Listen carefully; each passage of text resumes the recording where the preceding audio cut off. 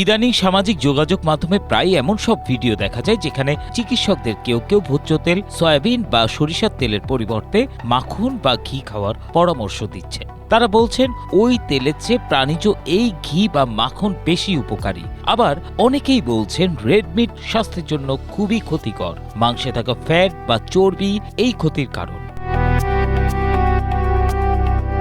বিভিন্ন গবেষণায় দেখা গেছে প্রাণীজ ফ্যাট যেমন মাখন বা ঘিয়ের বদলে উদ্ভিজ্জ ফ্যাট যেমন অলিভ অয়েল, সূর্যমুখী তেল ব্যবহারে স্বাস্থ্য ঝুঁকি অনেক কমে যায়। গবেষণায় জানা যায় সূর্যমুখী তেল সামুদ্রিক মাছে পাওয়া ফ্যাট, রক্তের খারাপ কোলেস্টেরল কমাতে সাহায্য করে। আবার অলিভ অয়েল, কাঠবাদাম বা চীনাবাদাম থেকে পাওয়া ফ্যাট এগুলোর থেকে আরো অনেক বেশি ভালো বলে জানাচ্ছেন গবেষকরা।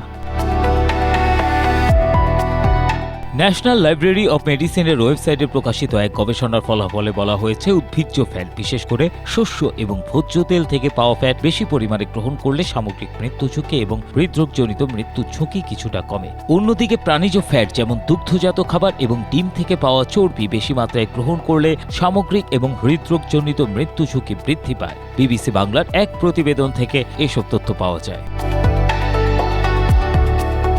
ABM Asaduzzaman, Asia post.